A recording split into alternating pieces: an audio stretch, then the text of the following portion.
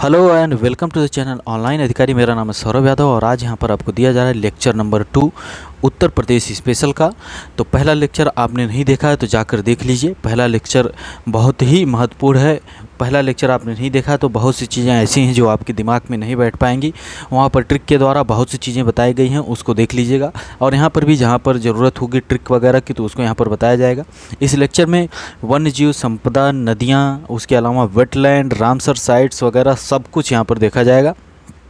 और बाकी आपको बता दें, सौरभ ऑफिशियल टेलीग्राम की लिंक डिस्क्रिप्शन में दी गई, उसको ज्वाइन करिए, रेगुलर क्विज में पार्टिसिपेट करिए। अभी कुछ लेक्चर बनाने में थोड़ा समय जा रहा है। अब जैसे ही थोड़ा सा इकोनॉमिक्स वगैरह ख़त्म होता है तो फिर क्विज ही कराना रहेगा। तो चलिए देखते हैं, इसलिए चैनल को ज्वाइन कर लीजिए और करंट के क्विज में पार्टिसिपेट करिए। तो आज हम लोग यहाँ पर नदियों के बारे में देखेंगे। उत्तर प्रदेश में कौन कौन सी नदियाँ फ्लो होती हैं। पिछली बार एक क्वेश्चन यहाँ से पूछा गया और आयोग ने माना कि ये गंडक नदी भी उत्तर प्रदेश से प्रवाहित होती है, आयोग ने माना। और आप देखेंगे तो थोड़ा सा शायद लग भी रहा है यहाँ पर कोने पे, जो पश्चिमी चंपारण हो गया, महाराजगंज हो गया, कुशीनगर, वहाँ पर थोड़ा सा है या नहीं, आप ग्राउंड पे जाकर देखने की अलग बात है, लेकिन मैप में थोड़ा लग रहा है और आयोग ने माना भी है और आयोग को ही माना जाएगा।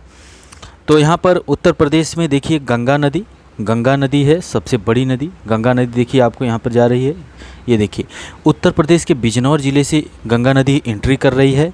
ओके, और ये चली आती है इधर बलिया ज़िले से। सबसे पूर्वी ज़िला उत्तर प्रदेश का बलिया है और बलिया ज़िले से चली जाती है छपरा बिहार में। ओके, अभी समीक्षा अधिकारी के मेंस में क्वेश्चन पूछा गया कि गंगा नदी किस ज़िले से उत्तर प्रदेश में एंट्री करती है। तो ये एंट्री कर रही है कहाँ से? ये एंट्री कर रही है बिजनौर जनपद से। और गंगा नदी में देखिए यहाँ पर प्रयागराज में आकर यमुना मिलती है दाहिने साइड से, और सबसे बड़ी सहायक नदी है दाहिने साइड से गंगा नदी की यमुना। ओके, और यहाँ पर आप देखिए रामगंगा नदी आकर कन्नौज के पास मिल रही है गंगा नदी में। उसके बाद गोमती नदी पीलीभीत ज़िले में फुल्लर झील से निकलती है और गोमती, ये देखिए लखनऊ होते हुए गोमती नदी के तट पर जौनपुर भी बसा है, वहाँ से होती हुई चली आती है यहाँ पर गोमती नदी। ठीक है, और कहाँ पर जाकर ये आगे हम बताएंगे अभी। उसके अलावा यहाँ पर शारदा नदी आपको दिख रही है, फिर यही घाघरा और इधर राप्ती।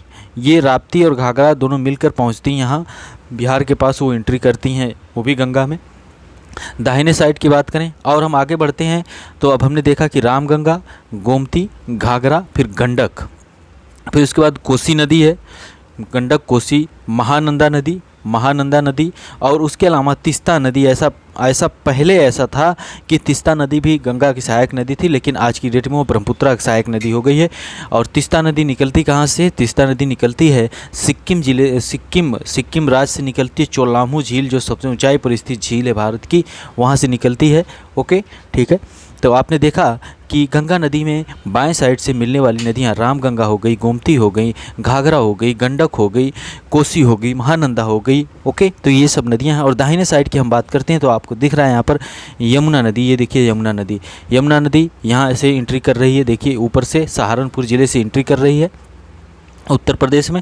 और दिल्ली होते हुए ये देखिए यमुना नदी ऐसे चली आ रही है और यमुना आज जाकर प्रयागराज में मिल जाती है गंगा नदी में और दाहिने साइड से। उसके बाद सोन नदी आकर गंगा में मिलती है। मतलब दो सबसे बड़ी सहायक नदियां मानी जाती हैं यमुना की, गंगा और सोन नदियां। ओके, अब यमुना नदी से भी एक क्वेश्चन पूछा गया कि यमुना नदी में कौन कौन सी नदियाँ मिलती हैं। तो इधर आपको दिख रहा है चंबल, बेतवा और यहाँ पर केन दिख रहा है, और यहाँ पर केन दिख रहा है। एक और नदी है यहाँ पर आके मिलती है यमुना नदी से, तो ये है। और यहाँ भी जैसे हिंडन नदी यहाँ पर दिया हुआ है, हिंडन नदी इसमें मिलती है ना। तो दो मुख्य नदियाँ जो उत्तर प्रदेश की हैं, गंगा नदी बिजनौर से एंट्री करती है, प्रयागराज में आकर उसमें यमुना मिलती है और एग्ज़िट होती है, मतलब उत्तर प्रदेश से निकल जाती है कहाँ पर? बलिया ज़िले से चली जाती है बिहार में। ओके, और उसके अलावा यमुना नदी जो है कि यहाँ से एंट्री कर रही है, यहाँ सहारनपुर से और चली जा रही है और जाके मिल जा रही है गंगा में मिल जा रही है प्रयागराज के पास। और यहाँ पर रामगंगा है, गोमती, गंगा नदी के बाद रामगंगा आकर कन्नौज के पास मिलती है। फिर गोमती नदी है, शारदा है, राप्ती, ये सब नदियाँ इसमें आकर मिलती हैं। तो चलिए अब थोड़ा आगे देखते हैं हम लोग। यहाँ इस मैप में भी वही सब चीज़ें, कुछ एक्स्ट्रा नहीं। हाँ, चंबल दिख रहा है, यमुना की सहायक नदी, बेतवा दिख रही है, और यहाँ पर केन नदी दिख रही है, यमुना की सहायक नदियाँ हैं जो दाहिने साइड से आके मिल रही हैं, दाहिने साइड से। ओके, ठीक है, चलिए हाँ, अब गंगा नदी के उद्गम की बात करें तो ये जो सामने आपके मैप दिख रहा है यहाँ पर, ये बहुत ही महत्वपूर्ण है। अभी तक यूपी पीसीएस ने एक बार यहाँ से क्वेश्चन उठाया था, शायद मेंस 2016, उत्तर प्रदेश पीसीएस के मेंस 2016 वगैरह में पूछा था। यूपीएससी भी यहाँ से क्वेश्चन अभी तक नहीं पूछा है और ये चीज़ें बहुत बेहतर तरीके से आपके 11th क्लास की एनसीईआरटी में दी गई हैं, लेकिन अभी तक क्वेश्चन यूपी पीसीएस सही तरीके से नहीं पूछा, नॉर्मली क्वेश्चन पूछा था। तो क्या यहाँ पर महत्वपूर्ण है, बद्रीनाथ से देख रहे हैं आप लोग, बद्रीनाथ से अलकनंदा नदी, ये जो कलर है ये अलकनंदा नदी है ना। अलकनंदा नदी बद्रीनाथ से निकल रही है और धौली गंगा उसमें आकर मिल रही है विष्णु जी, मतलब विष्णु प्रयाग में धौली गंगा आकर मिल रही है अलकनंदा में। पहली चीज़ याद रखिए, विष्णु प्रयाग में धौली गंगा आकर मिल रही है अलकनंदा में। फिर अलकनंदा आगे बढ़ती है तो नंद प्रयाग में नंदाकिनी आकर मिलती है। विष्णु जी मिले नंद से, ठीक है, और नंदाकिनी यहाँ मिली। उसके बाद विष्णु जी अलकनंदा को लेकर आगे बढ़ते हैं और अलकनंदा में कर्ण प्रयाग में मिलती है पिंडर नदी मिलती है, पिंडर गंगा। उसके बाद आगे और बढ़ते हैं तो यहाँ पर रुद्रप्रयाग में मिलती है मंदाकिनी आकर अलकनंदा में। ये देखिए मंदाकिनी जो केदारनाथ से होकर आती है, ठीक है। उसके बाद फिर आगे बढ़ती है अलकनंदा, देवप्रयाग में भागीरथी आकर मिलती है और भागीरथी और अलकनंदा का जब संगम होता है तो देवप्रयाग में और आगे बढ़कर यही गंगा कहलाती है। तो हमने क्या देखा, हमने देखा कि धौली गंगा सबसे पहले विष्णु जी आए, विष्णु जी आकर मिले नंद जी से और नंद जी से फिर जाकर कर्ण जी मिले, कर्ण यानी विष्णु जी मिले नंद जी से और आगे बढ़े तो फिर कर्ण जी से विष्णु जी नंद जी दोनों लोग साथ में आकर मिले कर्ण जी से, और कर्ण जी से जब मिले तो ये रुद्र हो गए, मतलब बहुत क्रोध में आ गए कि नंद जी और कर्ण जी मिल गए हैं और विष्णु जी को साथ में लेकर आए, है ना। तो रुद्र हो गए तो फिर लोग बताए कि ये विष्णु जी ये लोग देवता हैं, तो यानी देवप्रयाग, आगे देवप्रयाग। ओके, तो विष्णु जी मिले नंद से और नंद जी मिले किससे, कर्ण से, और फिर उसके बाद कर्ण रुद्र हो गए। फिर बाद में लोग बताए कि ये लोग देवता हैं, इसलिए थोड़ा सा शांत रहिए। तो यहाँ पर देवप्रयाग है। पहले तो ये याद कर लिए, विष्णु जी मिले नंद से, नंद जी मिले कर्ण से, कर्ण जी हो गए रुद्र, बाद में बताया कि देवता हैं यानी देवप्रयाग। ओके, ठीक है, कोई दिक्कत नहीं।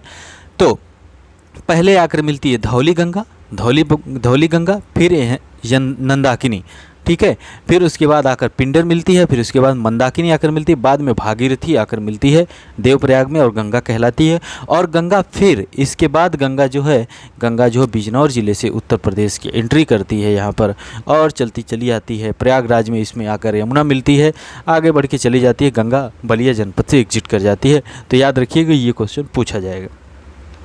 प्रदेश में गंगा 28 जिलों से लगभग 900 किलोमीटर से होकर बहती है, 28 जिलों से होकर उत्तर प्रदेश से बहती है। और प्रदेश में सर्वाधिक गंगा तट, सबसे लंबा गंगा तट जो है 133 किलोमीटर बदायूं जिले में है, बदायूं उत्तर प्रदेश के ज़िले में है सर्वाधिक गंगा तट। और गंगा सर्वाधिक प्रदूषित होती है कन्नौज से वाराणसी तक, कन्नौज को इत्र नगरी कहा जाता है, कन्नौज से वाराणसी तक गंगा सर्वाधिक प्रदूषित होती है। और गंगा में बीओडी मिलता है कानपुर से प्रयागराज तक, बीओडी सर्वाधिक मिलता है। अब बीओडी, सीओडी और डीओ क्या है ये आपको पता होना चाहिए, नहीं पता होगा तो एक आध लेक्चर इन्वायरमेंट का लेक्चर दिया जाएगा तो उसमें देख लेंगे।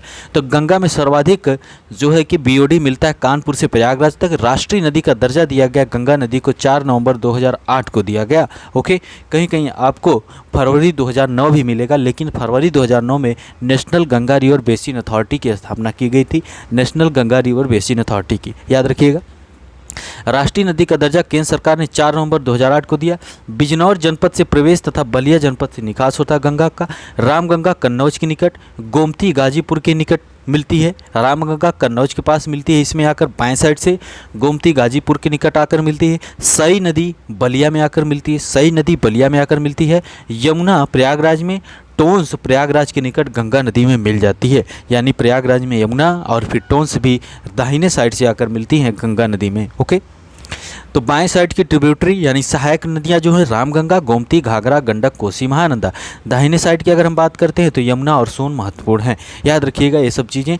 क्वेश्चन एक आध यहाँ से खींच के मारा जाता है और आपके सर पे लगता है, ठीक है। अब देखिए कुछ जो गंगा के तट पर स्थित कुछ महत्वपूर्ण उत्तर प्रदेश के हैं, जैसे बिजनौर सिंट्री की, हस्तिनापुर जो मेरठ वाला है ये भी गंगा नदी किनारे, गढ़मुक्तेश्वर हापुड़ में है, गढ़मुक्तेश्वर हापुड़ में, याद रखिएगा ये भी कहाँ पर है, गंगा नदी के तट पर। अनूपसर इतना महत्वपूर्ण नहीं, बुलंदशहर का नरौरा बुलंदशहर का जो है, नरौरा से ब्रिज घाट तक वहाँ पर एक वेटलैंड भी है ना, तो आगे हम देखेंगे। तो बुलंदशहर, बबराला, संभल, कछला घाट, बदायूं, फतेहगढ़, फर्रुखाबाद, बिल्लौर, कानपुर, बिठूर कानपुर नगर जिले में बिठूर गंगा नदी के तट पर है, बिठूर गंगा नदी के तट पर है। कानपुर नगर तो है ही। बक्सर, उन्नाव में जगह है बक्सर, वो भी। डालामाऊ, रायबरेली और कला काकर, प्रतापगढ़, श्रृंगेश्वर प्रयागराज में ये भी है, और प्रयागराज तो है ही। सिरसा प्रयागराज, मिर्ज़ापुर, चुनार मिर्ज़ापुर, वाराणसी, सैदपुर जो है सैदपुर गाजीपुर का, ये भी गाजीपुर भी। शेरपुर जो है बलिया से होकर जाती है। आदि नगर जो है कि गंगा नदी पर स्थित हैं। यमुना नदी के तट पर बात करें तो बागपत हो गया, वृंदावन मथुरा, बरसाना में होली मनाई जाती है, मयूर संरक्षण केंद्र, बरसाना में लठमार होली मनाई जाती है, याद रखिएगा। बरसाना, वृंदावन, मथुरा भी है, आगरा भी है। बटेश्वर बड़ा फेमस है, पशु मेला शायद यहाँ पर लगता है सबसे बड़ा, बटेश्वर आगरा में। फिर इटावा, कालपी जालौन में है, यमुना नदी के तट पर, महत्वपूर्ण है। कालपी जालौन में यमुना नदी के तट पर है। समीक्षा अधिकारी हाईकोर्ट के पेपर में कालपी पूछा गया किस नदी के तट पर है। हमीरपुर, कौशाम्बी व प्रयागराज आदि नगर यमुना नदी के तट पर स्थित है। ओके, ठीक है, थोड़ा सा एक बार देखिएगा, पॉज करिएगा वीडियो को, देख लीजिएगा एक बार अपने से भी। हाँ, national Ganga river basin authority जो बनी, एनवायरनमेंट प्रोटेक्शन एक्ट 1986 के अंतर्गत बनी थी 2009 में, और गंगा नदी को राष्ट्रीय नदी का दर्जा कहीं कहीं पर आपको सीधे मिलेगा कि 2009 में दिया गया, लेकिन कहीं कहीं पर यह भी मिलेगा कि 4 नवंबर 2008 को दिया गया।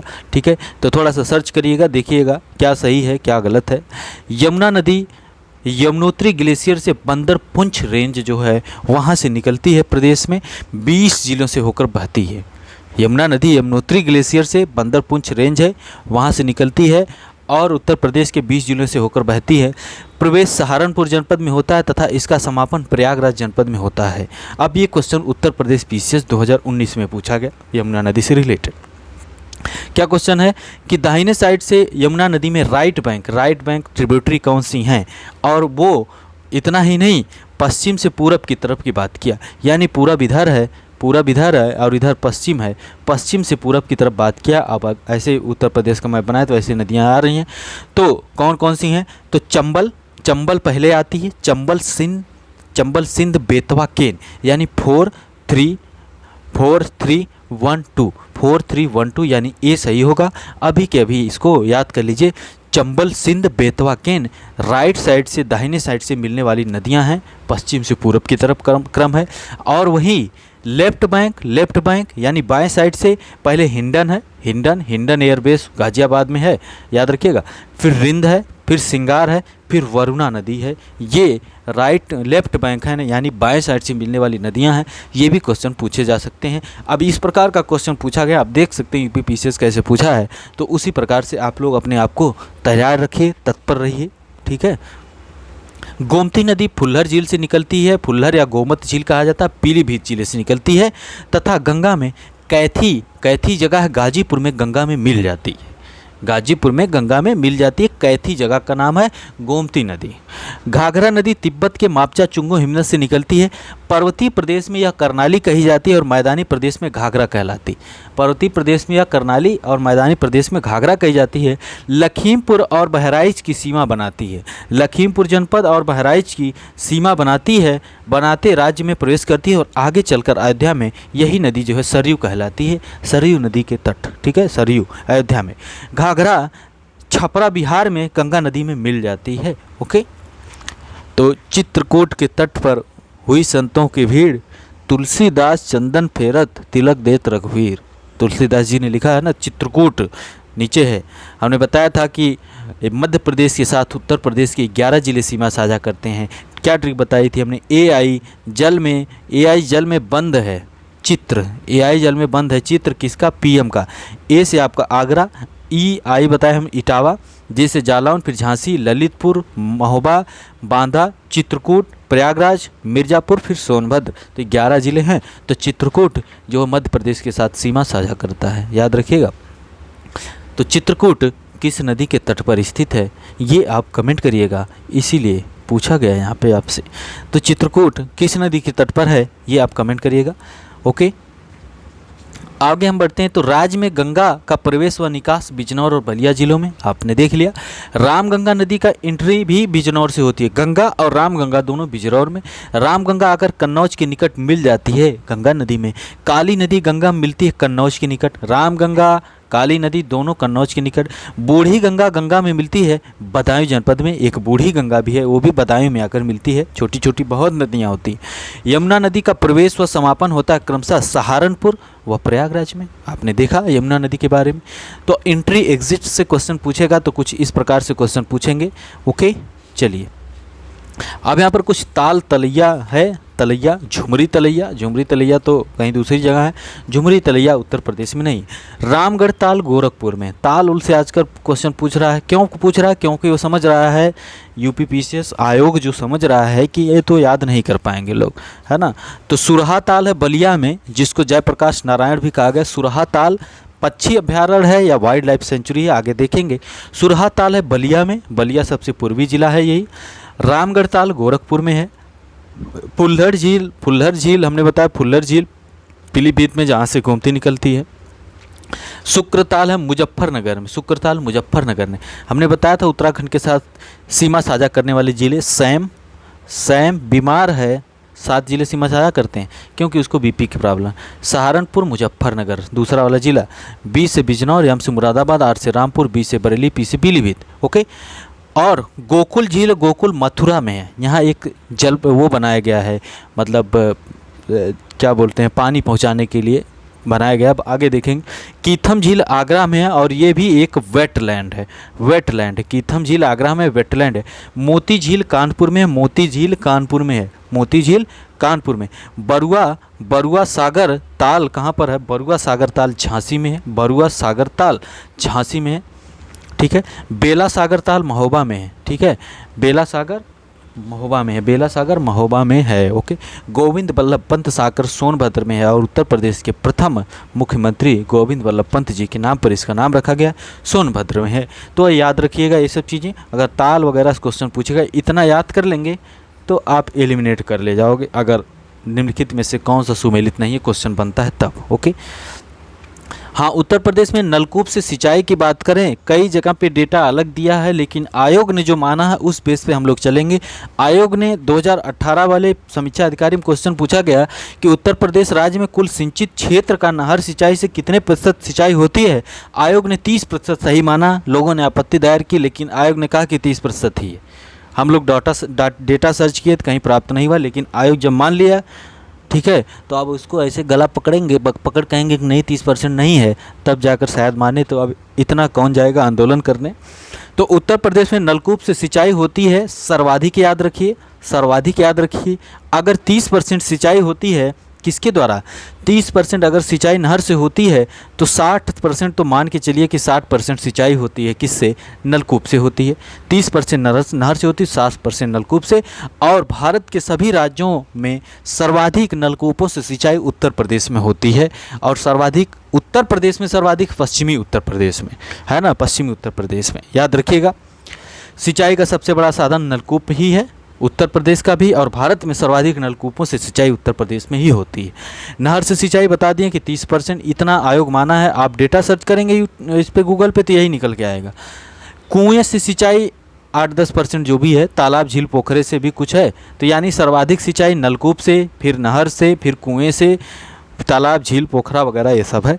याद रखिएगा, क्वेश्चन पूछा गया था, पिछली बार भी क्वेश्चन पूछा गया। प्रदेश में सबसे बड़ी नहर प्रणाली का नाम है शारदा नहर प्रणाली। सर्वाधिक लंबाई में नहर रायबरेली में है। रायबरेली में सर्वाधिक लंबाई में नहरें हैं, रायबरेली में। बाढ़ सागर बांध एवं नहर प्रणाली जो है मध्य प्रदेश में सोन नदी पर है। कहाँ पर है? बाढ़ सागर बांध एवं नहर प्रणाली मध्य प्रदेश शहडोल जगह है, वहाँ पर सोन नदी पर है। यूपी एमपी झारखंड की संयुक्त परियोजना है। उत्तर प्रदेश का सोनभद्र, मिर्जापुर, चंदौली, प्रयागराज आदि जिलों को इससे लाभ मिलता है। अब बाढ़ सागर बांध एवं नहर परियोजना क्वेश्चन पूछा है किस नदी पे है? सोन नदी पर सोन नदी पर। फायदा उत्तर प्रदेश की भी हो रहा है। 3 राज्यों की संयुक्त परियोजना है। ओके। लौकुश बैराज कानपुर में गंगा नदी पर पीने के पानी वाला बैराज बनाया गया, पीने के पानी की व्यवस्था के लिए कानपुर में, ताकि पानी पहुंचे। गोकुल बैराज अभी हमने बात की थी, यमुना नदी पर आगरा व मथुरा की पेयजल की समस्या के निदान के लिए यमुना नदी पर है गोकुल बैराज। हथनी कुंड बैराज सहारनपुर के पास यमुना नदी पर 5 राज्यों की संयुक्त परियोजना है। हरियाणा, हिमाचल, उत्तर प्रदेश, राजस्थान, दिल्ली। इसे नया ताजे वाला बैराज भी कहा जाता है। आगे हम इससे रिलेटेड चीज़ यहाँ पर देख रहे हैं। ठीक है, ये कौन सा? हथनी कुंड बैराज है। ओके। यहाँ पर एक और चीज़ है, लखवाड़ बिजली परियोजना शुरू की गई 5 फरवरी 2021 को इसकी मंजूरी दी गई। 6 राज्यों की संयुक्त परियोजना है, यूपी, उत्तराखंड, हरियाणा, राजस्थान, दिल्ली, हिमाचल। ये याद रखिएगा, UP, Uttarakhand, Haryana, Rajasthan, Delhi, Himachal. UP, Uttarakhand, Haryana, Rajasthan, Delhi, Himachal Pradesh. Okay. तो इतने लोगों की संयुक्त परियोजना है। परियोजना के तहत उत्तराखंड के देहरादून में लोहारी गांव के समीप यमुना नदी पर 204 मीटर ऊंचा कंक्रीट बांध निर्मित होगा। 204 मीटर ऊंचा कंक्रीट बांध निर्मित होगा उत्तराखंड के देहरादून के लोहारी गांव के समीप। 6 राज्यों यूपी, उत्तराखंड, हरियाणा, राजस्थान, दिल्ली, हिमाचल प्रदेश। ओके। तो इतने लोगों की 6 राज्यों की संयुक्त परियोजना है। यहाँ पर हथनी कुंड बैराज की बात की तो सहारनपुर के पास यमुना नदी पर 5 राज्यों की संयुक्त परियोजना है, हरियाणा, हिमाचल, यूपी, राजस्थान, दिल्ली। इसको नया ताजे वाला बैराज भी कहा जाता है। जब 2 बार कोई चीज़ बताई जाती है तो उस पर गौर किया करिए। राजघाट बांध परियोजना किस नदी पर है? ललितपुर जिले में बेतवा नदी पर उत्तर प्रदेश और मध्य प्रदेश की संयुक्त परियोजना है। केन नहर परियोजना यूपी एमपी की संयुक्त परियोजना है। ठीक है। केन बेतवा को लिंक, इस समय केन नदी और बेतवा नदी को जोड़ने के लिए प्रस्ताव पारित भी हो गए हैं। सरकार जो है कि बजट में भी केंद्र सरकार ने ऐसा कर लिया है। तो केन बेतवा याद रखिए, यूपी और एमपी की संयुक्त परियोजना है। रानी लक्ष्मीबाई बांध, माता टीला बांध किस पर है? बेतवा नदी पर है ना। राजघाट बांध, रानी लक्ष्मीबाई बांध, माता टीला बांध तीनों बेतवा नदी पर है। और यही क्वेश्चन अभी उत्तराखंड पीसीएस में पूछा गया, यूपी पीसीएस पूछता ही है। गुरुसराय और मंदर नामक 2 नहरें निकाली गई हैं, जिससे उत्तर प्रदेश के हमीरपुर और जालन को लाभ भी मिलता है। इससे बेतवा नदी से जो रानी लक्ष्मीबाई बांध, माता टीला बांध बेतवा नदी पर हैं, ये याद रखिएगा बेतवा नदी पर हैं। ठीक है। चलिए, अब यहाँ पर रिहंद घाटी परियोजना 1962 में जो बनी थी उसको आप लोग देख सकते हैं। यहाँ पर कभी मौका मिले सोनभद्र जाने का तो जाइएगा, सोनभद्र के रॉबर्ट्सगंज घूमिएगा आप और चले जाइएगा रिहंद रिजर्वायर को देखिएगा। रिहंद घाटी परियोजना सोनभद्र जिले में रिहंद नदी पर उत्तर प्रदेश और मध्य प्रदेश के बॉर्डर पर यहाँ पर आपको दिख रहा है रिहंद रिजर्वायर। ओके। तो रिहंद घाटी परियोजना जिसको गोविंद बल्लभ पंत सागर कहा जाता है, गोविंद बल्लभ पंत सागर कहा जाता है, इसका नाम है। ओके। ठीक है। दिख रहा होगा आपको, सोनभद्र जिले में रिहंद नदी पर है। रिहंद घाटी परियोजना 1962 में बन के तैयार हुआ। ओके। ठीक है। चलिए, गोरखपुर, अब यहाँ से क्वेश्चन पूछा जाता था पहले, 2021 में नहीं पूछा गया, फिर पूछा जाएगा। गोरखपुर राप्ती नदी के तट पर स्थित है। मगहर आमी नदी के तट पर है। मगहर आमी नदी के तट पर है। आप कमेंट करिएगा मगहर कहाँ पर है? आमी नदी जो है मगहर किस जिले में है उत्तर प्रदेश के ना, कमेंट करिएगा। बांदा केन नदी के तट पर है। हमीरपुर बेतवा या यमुना नदी का संगम है हमीरपुर में, है ना, बेतवा व यमुना का। प्रतापगढ़ सई नदी के तट पर है। प्रतापगढ़। मेरठ व गाजियाबाद जो है हिंडन नदी के तट पर है। मेरठ व गाजियाबाद हिंडन नदी के तट पर है। सोनभद्र सोन नदी बिठूर गंगा नदी के तट पर है। बिठूर। जौनपुर गोमती नदी, लखनऊ गोमती नदी, कौसाम्बी यमुना नदी के तट पर है। यानी गोरखपुर राप्ती नदी, मगहर रामी नदी, बांदा केन नदी, हमीरपुर बेतवा व यमुना नदी संगम पर प्रतापगढ़ सई नदी, मेरठ व गाजियाबाद हिंडन नदी, हिंडन एयरबेस भी है गाजियाबाद में। सोनभद्र सोन नदी, बिठूर गंगा नदी, जौनपुर गोमती, लखनऊ गोमती, कौसाम्बी यमुना नदी के तट पर है। चलिए, अब यहाँ कुछ क्वेश्चन रखे गए हैं। 24-25 मिनट, लगभग 50 मिनट का संभवतः लेक्चर होगा। निम्नलिखित में से कौन सा बांध बेतवा नदी पर बनाया गया है? फुल्लर झील भारत के किस राज्य में स्थित है? निम्नलिखित में से कौन सा युग सुमेलित है? अभी पीछे जो आपने पढ़ा वही चीज़ें यहाँ पर क्वेश्चन है। इसको थोड़ा पॉज करिए, ये आपका काम है, पॉज करिए और इसको जो है कि करिए। 5 जो जितने क्वेश्चन है महत्वपूर्ण है, देखिए सबको। यहाँ पर भी इसको भी पॉज करिए और इसको देखिए थोड़ा सा, है ना। अभी हमने देखा है पीछे, वही चीज़ें देखी हैं हम लोगों ने, तो वही है। चलिए ये ऐसे ही क्वेश्चन घुमा फिरा थोड़ा सा उल्टा पुल्टा करके भेज, फिर आपको फेंके जाएंगे। निम्नलिखित में से किस नदी के तट पर गोरखपुर स्थित है? राप्ती नदी। ओके। भारत के किस राज्य में सर्वाधिक सिंचाई नलकूपों से होती है? उत्तर प्रदेश में। निम्नलिखित में से कौन सबसे लंबी नहर है? शारदा नहर, अभी हमने बताया। अब हम वन संपदा तथा वन्य जीव उत्तर प्रदेश के जो हैं उनके बारे में हम लोग पढ़ते हैं। यहाँ पर बहुत ही महत्वपूर्ण, यहाँ से एक क्वेश्चन पक्का, पिछली बार भी एक क्वेश्चन आया, इस बार भी आएगा। नदियों से एक क्वेश्चन दागा गया पिछली बार, इस बार भी दागा जाएगा उसी प्रकार से जिस प्रकार से शेरशाह उक्का नामक आग्नेयास्त्र चला रहा था, है ना। वर्ल्ड इन्वायरमेंट डे प्रतिवर्ष 5 जून को सेलिब्रेट किया जाता है, सबको पता होगा 5 जून को, ठीक है, 5 जून को। World environment health day, world environment health day किस डेट को सेलिब्रेट किया जाता है? ये आपका अब क्वेश्चन है, आप कमेंट करिएगा। ओके। वर्ल्ड इन्वायरमेंट डे 2021 जो हुआ था उसकी थीम थी इकोसिस्टम रिस्टोरेशन, और इसी पिछले वाले में 2021 वाले में UN decade of ecosystem restoration 2021 से, डिकेड यानी 10 वर्षों का समय घोषित किया गया 2021 से 2030। और 2022 जो वर्ल्ड इन्वायरमेंट डे है वो होस्ट किया जा रहा है स्वीडन के द्वारा। स्वीडन की कैपिटल भी कमेंट करिएगा। स्वीडन के द्वारा इसको होस्ट किया जाएगा। और ओनली वन अर्थ जो है इस कैंपेन का स्लोगन होगा और थीम होगा, फोकस रहेगा living sustainably in harmony with nature. Sweden के द्वारा होस्ट किया जाएगा। स्लोगन होगा only one earth is the campaign slogan with the focus on living sustainably in harmony with nature, याद रखिएगा, ठीक है। चलिए आगे बढ़ते हैं। उत्तर प्रदेश में वाइल्ड लाइफ सेंचुरी वन्य जीव विहार की हम लोग बात करते हैं। अब जैसे यहाँ पर देखिए चंद्रप्रभा यानी चाचा जी चंदौली में, चंद्रप्रभा चाचा यानी चंदौली की बात हो रही है। चंदौली जिले में है चंद्रप्रभा, और राज्य का प्रथम वन्य जीव विहार 1957 में घोषित हुआ। किशनपुर लखीमपुर खीरी में, किल कर दीजिए या फिर किशनपुर लखीमपुर खीरी में यह है, ठीक है, किशनपुर। कतरनिया घाट यानी कब? कतरनिया घाट बहराइच में है, लखीमपुर से सटा हुआ जिला है। कतरनिया घाट बहराइच में, ओके, ठीक है, कब कर दीजिए, याद करने के। रानीपुर चित्रकूट में वन्यजीव विहार है, यानी रांची पता है, रांची यानी रानीपुर चित्रकूट में है, ओके। महावीर स्वामी वन्यजीव विहार जो है कि ललितपुर में, यानी महावीर स्वामी, महल कर दीजिए, महावीर स्वामी ये ललितपुर में और सबसे छोटा है। महावीर स्वामी ललितपुर में सबसे छोटा है। चंबल वन्यजीव विहार आगरा, इटावा और औरैया में है। चंबल वन्यजीव विहार आगरा, इटावा और औरैया में। पीसीएस 2020 में एक क्वेश्चन चंबल से रिलेटेड पूछा गया, आगे हम क्वेश्चन देखेंगे उसको। चंबल वन्यजीव विहार आगरा, इटावा और औरैया में है। कैमूर वन्यजीव विहार याद रखिए मिर्ज़ापुर और सोनभद्र में है। कैमूर मिर्ज़ापुर और सोनभद्र में है, ओके। हस्तिनापुर वन्यजीव विहार सबसे बड़ा है, कई राज्य हैं, मेरठ हो गया, मुरादाबाद हो गया, मुजफ्फरनगर हो गया, मेरठ, मुरादाबाद, मुजफ्फरनगर। सोहागी बरवा यानी सोहागी बरवा महाराजगंज में, सोहागी बरवा वन्यजीव विहार महाराजगंज में। सुहेलवा वन्यजीव विहार श्रावस्ती और बलरामपुर में है। तो कुछ ट्रिक के द्वारा याद कर लीजिए, कुछ ऐसे याद कर लीजिए जहाँ पर 2-3 जिले हैं। पीलीभीत में ही है, टाइगर रिजर्व भी है, वन्यजीव विहार। कछुआ अभ्यारण्य वाराणसी में है, याद रखिए कछुआ अभ्यारण्य वाराणसी में है।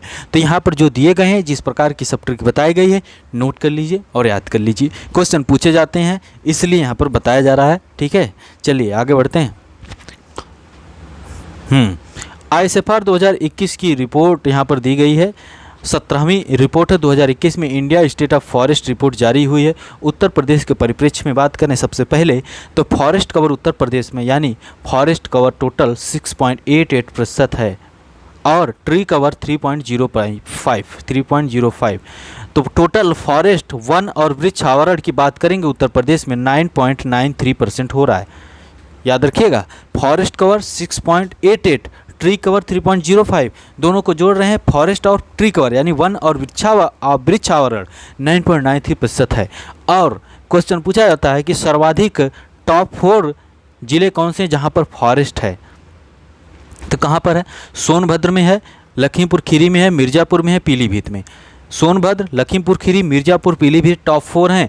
और सर्वाधिक क्षेत्रफल में ये फॉरेस्ट की बात हो रही है ना, फॉरेस्ट वन और वृक्षावरण की बात हो रही है, तो यहाँ पर है ना। और यहाँ पर हम बात करते हैं सर्वाधिक क्षेत्रफल वाले, तो लखीमपुर खीरी क्षेत्रफल में सबसे बड़ा उत्तर प्रदेश का जिला है, फिर सोनभद्र, फिर हरदोई, सीतापुर। लेकिन अगर क्षेत्रफल वाले को थोड़ा सा सोनभद्र को इधर कर दें और इसको लखीमपुर खीरी को इधर कर देते हैं, तो हमें पता चलता है कि सोनभद्र में सर्वाधिक फॉरेस्ट, फिर खीरी, फिर मिर्ज़ापुर, पीलीभीत। याद हो गया। और वहीं हम जब बात करते हैं सबसे कम की, तो भदोही में कालीन उद्योग के लिए फेमस है भदोही भी, तो कालीन के लिए फेमस भदोही में, फिर मऊ में, फिर संत कबीर नगर में और मैनपुरी में ये जो है टॉप 4 एरिया में कम फॉरेस्ट पाए जाते हैं उत्तर प्रदेश में। अब कैसे भी आपको याद करना होगा, क्योंकि क्वेश्चन पूछे जाते हैं तो याद करना पड़ेगा। क्षेत्रफल में टॉप 4 उत्तर प्रदेश के जिले लखीमपुर खीरी, सोनभद्र, हरदोई, सीतापुर है। और वन क्षेत्रफल की बात करेंगे, सोनभद्र, खीरी, मिर्ज़ापुर, पीलीभीत। सबसे कम क्षेत्रफल में उत्तर प्रदेश के जिले हापुड़, भदोही, गाजियाबाद, फिर शामली है। और यहीं पर हम बात करते हैं टॉप 4 मिनिमम वन आवरण में, तो कौन सा आपको मिलता है, सोनभद्र, चंदौली, पीलीभीत, मिर्ज़ापुर। टॉप 4 प्रतिशतता की बात करेंगे तो सोनभद्र, चंदौली, पीलीभीत, मिर्ज़ापुर। प्रतिशत 100% में कितना परसेंट वन है, तो पता चलता है सोनभद्र, और सोनभद्र में सर्वाधिक है, प्रतिशतता में सर्वाधिक है।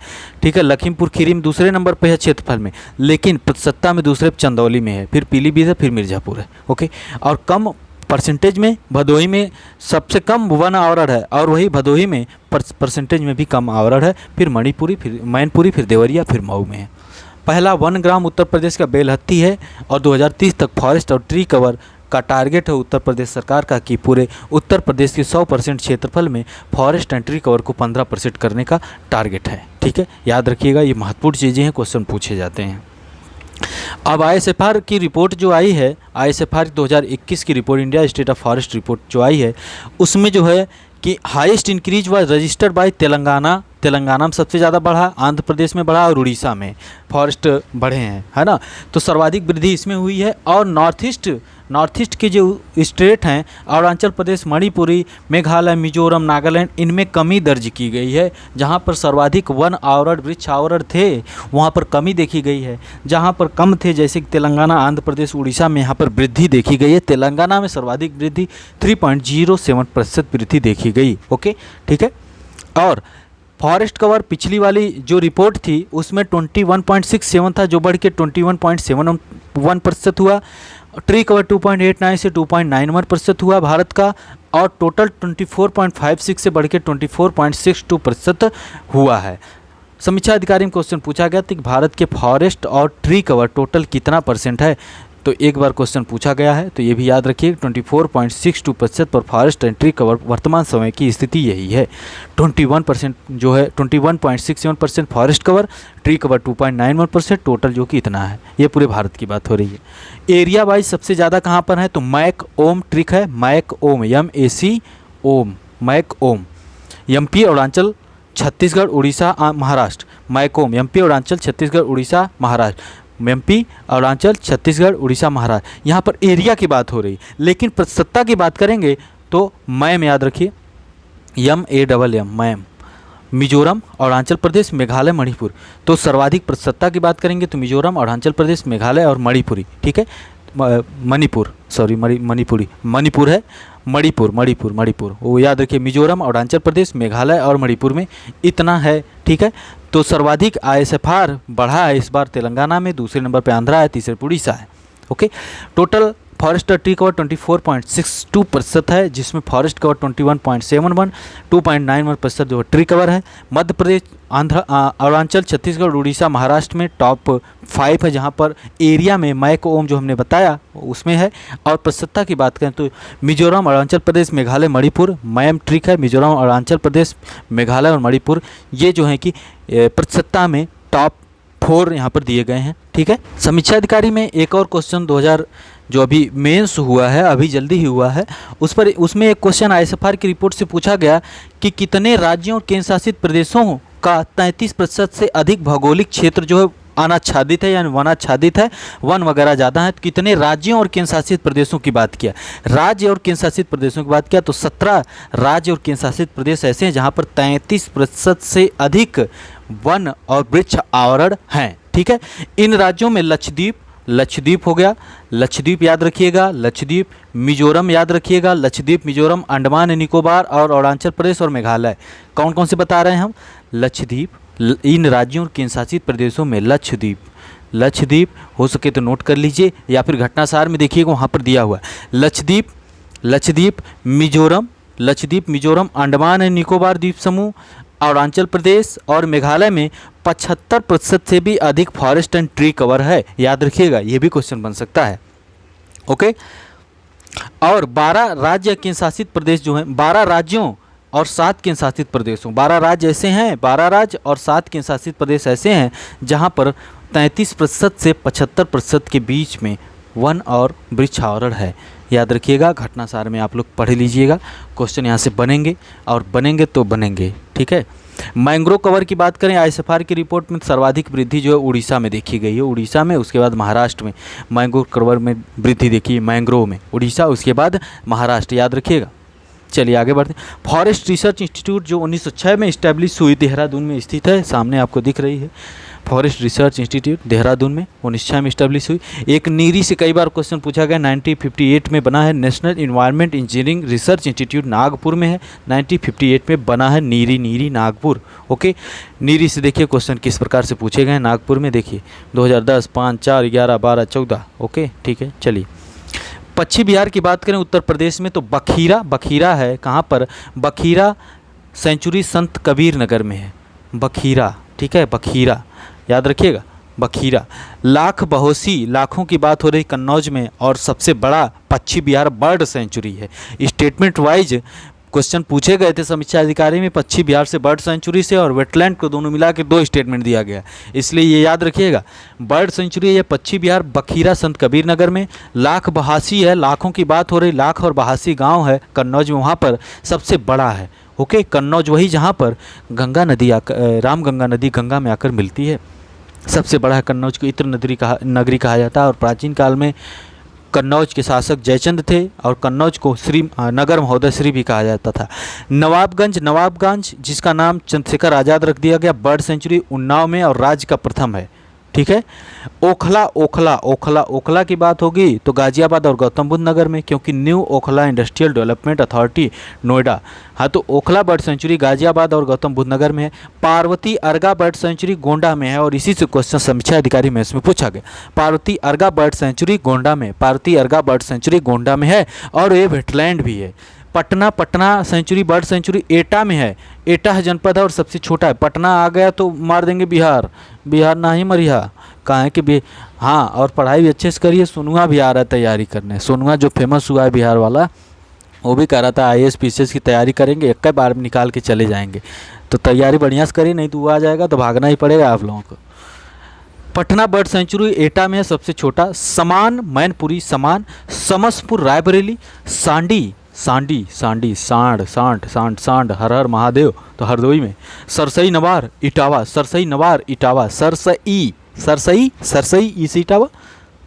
सरसई इटावा।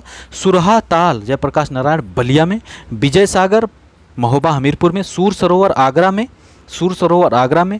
भीमराव अम्बेडकर पश्चिम बिहार प्रतापगढ़ में। शेखा झील पक्षी अभ्यारण्य अलीगढ़ में है, केंद्र द्वारा इसको राष्ट्रीय पक्षी बिहार विकसित किया जा रहा है। शेखा झील पक्षी अभ्यारण्य अलीगढ़ में। अब याद करना पड़ेगा, अब देखिए यहाँ पर कोई ट्रिक कुछ खास नहीं है। सांडी हमने बताया कि सांड की बात हो रही है तो हर हर महादेव कर रहे हैं। समसपुर रायबरेली में है। समान माँ से मैनपुरी समान है। पटना एटा ऐसे याद हो जाएगा, टा लगा हुआ है, पटना एटा में है, सबसे छोटा।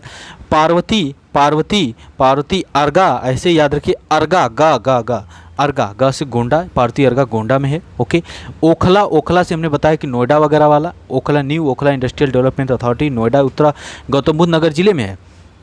तो ओखला गाजियाबाद गौतम बुद्ध नगर। नवाबगंज को कर लीजिए नवाबगंज उन्नाव में है, चंद्रशेखर आज़ाद नाम है, इसका बदल दिया गया, उन्नाव में राज्य का प्रथम है।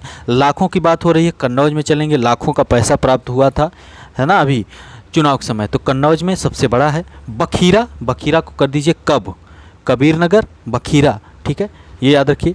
सरसई, ई से इटावा। सुरहा ताल, जयप्रकाश नारायण नाम रख दिया गया बलिया में। ताल, ताल ल से बलिया। विजय सागर, महोबा, हमीरपुर। सूर सरोवर आगरा, सूर सरोवर आगरा। भीमराव अम्बेडकर प्रतापगढ़ में, प्रतापगढ़ में। शेखा झील पक्षी अभ्यारण्य अलीगढ़ में है और केंद्र द्वारा इसको राष्ट्रीय पक्षी विकसित किया जा रहा है, ठीक है। आगे हम बढ़ते हैं। वर्ल्ड वेटलैंड डे 2 फरवरी को प्रतिवर्ष मनाया जाता है। इस वर्ष की थीम थी 2022 की wetland action for people and planet. और वर्तमान समय में 2 फरवरी 2021 को जब वेटलैंड मनाया गया तो पहला centre for wetland conservation and management Chennai में इसकी स्थापना की गई। Centre for wetland conservation and management. वर्तमान समय में भारत में 49 वेटलैंड्स हैं जो रामसर साइट में लिस्टेड हैं, रामसर साइट्स हैं, ठीक है। 49 है रामसर साइट्स हैं, जिनमें से 10 उत्तर प्रदेश में हैं। बखीरा उत्तर प्रदेश और खिजाड़िया गुजरात अभ्यारण्यों के रामसर स्थल में शामिल होते ही देश में संरक्षित वेटलैंड्स की कुल संख्या बढ़कर 49 हो गई। तो याद रखिएगा 49 है और सर्वाधिक संख्या उत्तर प्रदेश में। उत्तर प्रदेश का बखीरा, उत्तर प्रदेश कब हमने बताया अभी, बखीरा कब संत कबीर नगर में है, ओके, ठीक है, ठीक है। तो आमी नदी किस, आमी नदी बताइएगा, हमने क्वेश्चन पूछा है आपसे, ठीक है। तो ये हो गया। और वेटलैंड जो उत्तर प्रदेश में है, यहाँ पर देखते हैं उत्तर प्रदेश में 10 वेटलैंड है, 10 हैं। ऊपरी गंगा, ब्रजघाट से नरौरा खिंचाव तक ऊपरी गंगा, गंगा नदी के किनारे ही बसे हुए हैं। नरौरा उत्तराखंड में, नरौरा बुलंदशहर में है, बुलंदशहर में है, जहाँ पर आपको पता चलेगा कि उत्तर प्रदेश में 2 परमाणु संयंत्र वहाँ पर जहाँ से बिजली उत्पन्न होती है, नरौरा है ना, तो वहाँ पे है। नवाबगंज हमने बताया पक्षी अभ्यारण्य जिसका नाम चंद्रशेखर आज़ाद रख दिया गया, नाऊ, वो नाव में है। सांडी, सांड की बात हो रही थी, पक्षी अभ्यारण्य बर्ड सेंचुरी है और हरदोई में है, हरदोई में है, हर हर महादेव। समसपुर पक्षी अभ्यारण्य, समसपुर रायबरेली, याद रखिए। समन की बात हो रही, समान, मन से मैनपुरी, ठीक है, मैनपुरी, ये भी वेटलैंड है। पार्वती, अर्गा, गा से गोंडा, ठीक है, कहाँ गोंडा में है, ये भी बर्ड सेंचुरी। बर्ड सेंचुरी यही स्टेटमेंट बनाया गया था कि यह एक बर्ड सेंचुरी नहीं वाइल्ड लाइफ सेंचुरी है, तो बर्ड सेंचुरी गोंडा में है और वेटलैंड भी है। सरसई नावर इटावा में है। सूर सरोवर कीथम झील आगरा में है, कीथम झील आगरा में है। हैदरपुर वेटलैंड जो मुजफ्फरनगर डिस्ट्रिक्ट और बिजनौर डिस्ट्रिक्ट में फैला हुआ है, हैदरपुर वेटलैंड। बखीरा वन्यजीव अभ्यारण्य संत कबीर नगर में है, याद रखिएगा। बखीरा कब, ये वन्यजीव अभ्यारण्य है और बर्ड सेंचुरी भी है। बखीरा कहाँ गया, यहाँ पर बखीरा जो है, बखीरा सेंचुरी जो है ये भी है और ये भी है, ठीक है। ये 10 रामसर स्थल है। उत्तर प्रदेश में 3 जो हैं क्या हैं, the combined area of Guru Ghasidas national park, Sanjay national park जिसका नाम था, और Tamor Pingla wildlife sanctuary of Chhattisgarh. जब गुरु घासीदास नेशनल पार्क और Tamor Pingla wildlife sanctuary Chhattisgarh का एक दूसरे दोनों मिले, उनको कंबाइंड किया गया तो 53rd नंबर का टाइगर रिजर्व घोषित किया गया नेशनल टाइगर कंजर्वेशन अथॉरिटी द्वारा, नेशनल टाइगर कंजर्वेशन अथॉरिटी द्वारा, ओके, NTCA के द्वारा घोषित कर दिया गया। 53वें नंबर का tiger reserve, Guru Ghasidas national park और Tamor Pingla wildlife sanctuary को संयुक्त रूप से बोला गया गुरु घासीदास टाइगर रिजर्व, भारत का 53वां टाइगर रिजर्व। वर्तमान स्थिति यही है। 51वें नंबर का बना था श्रीविल्लीपुथूर मेघामलई टाइगर रिजर्व तमिलनाडु। 52वें नंबर का था रामगढ़ विसदारी राजस्थान में। वर्ल्ड टाइगर डे 29 जुलाई को मनाते हैं। तो वर्ल्ड टाइगर डे की थीम क्या है 2022 वाली, अगर थीम है तो कमेंट कर दीजिएगा। और वर्ल्ड लॉयन डे कब सेलिब्रेट किया जाता है, और विश्व जैव ईंधन दिवस बायोफ्यूल डे कब सेलिब्रेट किया जाता है, दोनों आप लोग कमेंट करिएगा। ओके 53 टाइगर रिजर्व हैं भारत में। यहाँ पर देखिए कुछ टाइगर रिजर्व मैप में, राजा जी, जिम कार्बेट दोनों उत्तराखंड में, पीलीभीत, दुधवा और अमनगढ़ वाला यहाँ पर, वाल्मीकि बिहार में, बुक्सा पश्चिम बंगाल, पखुई यहाँ पर दिख रहा है और मानस दिख रहा है, नामदाफा अरुणाचल प्रदेश में, नामेरी आसाम में, काजीरंगा आसाम, ओरंग आसाम, धम्पा मिजोरम में, धम्पा मिजोरम में, सरिस्का राजस्थान, रणथंभौर राजस्थान, रणथंभौर राजस्थान, और वहीं पर राजस्थान में रामगढ़ विस्तारी भी है। मुकुंदरा हिल्स जो है राजस्थान में ही है। पन्ना एमपी में, सतपुड़ा एमपी में, पेंच एमपी में, कान्हा एमपी में, और बांधवगढ़ एमपी में, संजय डुबरी ये भी एमपी में, पलामू झारखंड में, और अचानक मार अमरकंटक कान्हा ये हो गया, मेलघाट बोर, और यहाँ पर है कि नौगांव और तड़ोबा अंधेरी सह्याद्री ये महाराष्ट्र में, कवाल कवाल है, और अमराबाद और इंद्रावती छत्तीसगढ़ में, और यह उदंती सितंदी छत्तीसगढ़ में, सतकोसिया उड़ीसा में, सिमलीपाल उड़ीसा में, और यहाँ पर कौन सा है, सुंदरबन पश्चिम बंगाल में, दांडेली अंसी ये कर्नाटक में है, ये है भद्रा, नागरहोल, मुदुमलई और बांदीपुर नॉर्थ टू साउथ हैं। यूपीएससी ध्यान देता है, ये नॉर्थ टू साउथ हैं। और यहाँ पर लिख रहा है बिलीगिरी रंगनाथ, और यहाँ पर है सत्यमंगलम टाइगर रिजर्व, ये है सत्यमंगलम तमिलनाडु में, अन्नामलई जो तमिलनाडु में, और यहाँ पर कौन सा है, क्या नाम दिख नहीं रहा है, और यहाँ पर परम्बिकुलम पेरियार ये केरल में है। तो ये सब टाइगर रिजर्व हैं जो भारत में है। वर्तमान स्थिति है कि 53 टाइगर रिजर्व हैं और आखिरी 53rd नंबर का है गुरु घासीदास। टाइगर रिजर्व उत्तर प्रदेश की बात किया जाए तो दुधवा है, लखीमपुर खीरी में 1987 में टाइगर रिजर्व घोषित किया गया, अमनगढ़ बिजनौर में 2012 में घोषित किया गया, पीलीभीत में ये 2014 में। उत्तर प्रदेश में बाघों की संख्या 173 है। टाइगर सेंसस 2018 के अनुसार प्रोजेक्ट टाइगर 1973 में शुरू किया गया था। प्रोजेक्ट कमेंट करिएगा, प्रोजेक्ट स्नो लेपर्ड किस वर्ष शुरू किया गया था। सुमेलित करने के लिए हमेशा उत्तर प्रदेश पीसीएस पूछता है।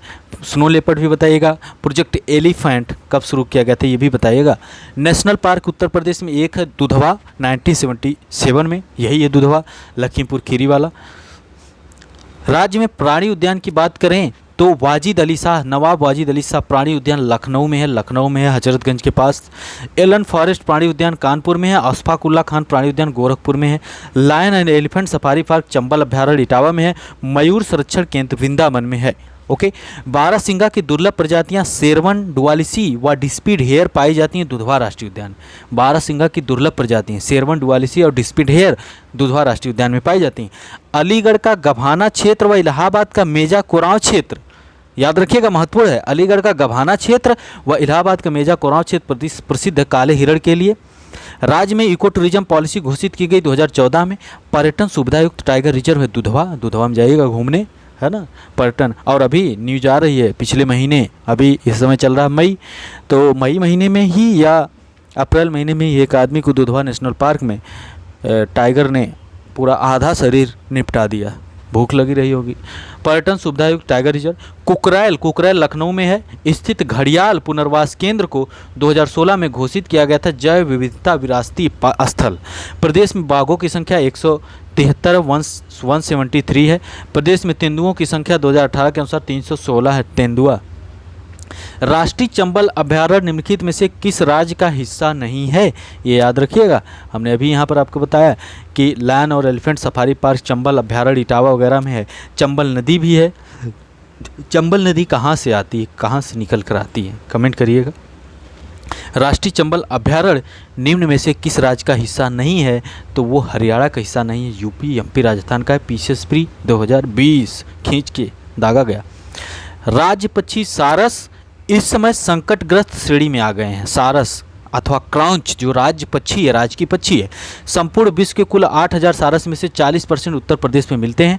कौशाम्बी, फतेहपुर, इटावा, मैनपुरी, बुलंदशहर, अलीगढ़, औरैया, कन्नौज आदि जिलों में मिलते हैं। गिद्ध जो हैं कि संकटग्रस्त श्रेणी में आ गए हैं। जून 2011 में गणना की गई थी, उसके अनुसार 2097 ही इनकी संख्या थी। गंगा डॉल्फिन जिसको और नाम है सुइस या सुसु कहा जाता है, तो गंगा डॉल्फिन को राष्ट्रीय नदी का दर्जा कब दिया गया, कमेंट करिएगा। राष्ट्रीय जल जीव घोषित किया गया। प्रयागराज में मिर्जापुर तक गंगा में अधिक संख्या में पाई जाती हैं। प्रयागराज से मिर्जापुर तक गंगा में अधिक संख्या में पाई जाती हैं शेर, बारहसिंगा, चीतल, हाथी, भालू, गैंडा, बारहसिंगा की दुर्लभ प्रजाति सोलवन डुआलिसी तथा डिस्पिड हेयर और चरज जैसे जंतु लखीमपुर स्थित दुधवा उद्यान व किशनपुर बिहार में मिलते हैं। ओके, मिर्जापुर के कैमूर वन्यजीव विहार में चीता, तेंदुआ, चिंकारा, काला हिरन आदि मिलते हैं। आगरा, इटावा, औरैया स्थित चंबल वन्यजीव विहार में घड़ियाल, डॉल्फिन, मछली आदि मिलते हैं। चंदौली के चंद्रप्रभा विहार में चिंकारा, सांबर, तेंदुआ आदि मिलते हैं। पटना के एटा पक्षी विहार में राज्य सरकार ने पटना की एटा को रिजर्व घोषित किया है। वाराणसी में गंगा में रामनगर से राजघाट तक 7 किलोमीटर क्षेत्र में 1989 में स्थापित कछुआ वन्यजीव विहार विश्व का पहला कछुआ वन्यजीव विहार है। याद रखिए वाराणसी में कछुआ वन्यजीव विहार है। कुकरैल, लखनऊ, सारनाथ, वाराणसी में कछुआ प्रजनन केंद्र हैं, ये महत्वपूर्ण है। कुकरैल लखनऊ, सारनाथ, वाराणसी में कछुआ प्रजनन केंद्र हैं। काले हिरण के संरक्षण हेतु राज्य में 2 जगह पर अलीगढ़ का गभाना क्षेत्र व प्रयागराज का मेजा कोरांव क्षेत्र गैर वन क्षेत्रीय संरक्षण केंद्र हैं। गैर वन, जो वन नहीं है लेकिन संरक्षण केंद्र हैं क्षेत्रीय, अलीगढ़ का गभाना क्षेत्र और प्रयागराज का मेजा कोरांव क्षेत्र। और मौका मिले कभी एसीएफ और रेंज फॉरेस्ट ऑफिसर, तो एकमात्र उत्तर प्रदेश की ऐसी नौकरी है उत्तर प्रदेश सरकार की जो भारत दर्शन करवाती है। अगर आपका एसीएफ आरएफओ में हो जाता है, और बहुत बेहतर नौकरी है। आरएफओ 4800 ग्रेड पे है, और एसीएफ की बात करेंगे आप तो एसीएफ जो है 5400 ग्रेड पे की नौकरी है। 1 नंबर की नौकरी है, आम दुनिया से किनारे, है ना। दुनिया से जैसे एसडीएम बनेंगे तो तहसील में बैठेंगे, तहसील में बैठेंगे, रोज़ हल्ला गुला पान खा के थूक दिया कोई, अब यहाँ जंगल में रहेंगे, है ना। चिड़ियों की आवाज़ देखेंगे, शेर के साथ आपका सामना होगा। राज्य में गैर वन क्षेत्र के लिहाज से सर्वाधिक काले हिरण गभाना क्षेत्र में मिलते हैं। गभाना क्षेत्र अलीगढ़। इको टूरिज्म वगैरह की बातें यहाँ पर हैं। तो बाकी यहाँ पर क्वेश्चन दिया गया, प्रदेश में सर्वप्रथम पक्षी विहार की स्थापना की गई, ये आप लोग देख लीजिए, पॉज करके देखिए। सुरहाताल बलियावाला। सबसे बड़ा वन्यजीव विहार कौन सा? हस्तिनापुर है। ओके। और अनुसूचित जनजातियां अगले लेक्चर में होंगी, तो यहाँ पर आपका कंप्लीट होता है लेक्चर नंबर 2। और संभवतः इसके बाद जो लेक्चर तीसरा वाला है वो ज़्यादा बड़ा तो नहीं होगा, लेकिन प्रयास रहेगा कि तीसरे में ही निपटा दिया जाए, और तीसरे में निपट जाएगा तो ठीक है, नहीं तो 4 लेक्चर बना दिए जाएंगे, 4 लेक्चर में कंप्लीट कर दिया जाएगा। और बाकी करंट अफेयर वगैरह पढ़ते रहिए, जल्दी ही घटनासार वगैरह आएगी तो आपको फिर से अपडेट कर दिया जाएगा। तो जो भी क्वेश्चन पूछे गए हैं उसके आंसर करिए, और क्वेश्चन के आंसर करिए, अपना फीडबैक भी दिया करिए। आप लोग के फीडबैक आपको कैसा लगा लेक्चर। सौरभ ऑफिशियल टेलीग्राम को ज्वाइन भी करिए, और चैनल को लाइक शेयर सब्सक्राइब, अगर कुछ फ़ायदा हो रहा है तो कर दीजिए। ओके, मिलते हैं आपसे अगले लेक्चर में। बहुत बहुत धन्यवाद।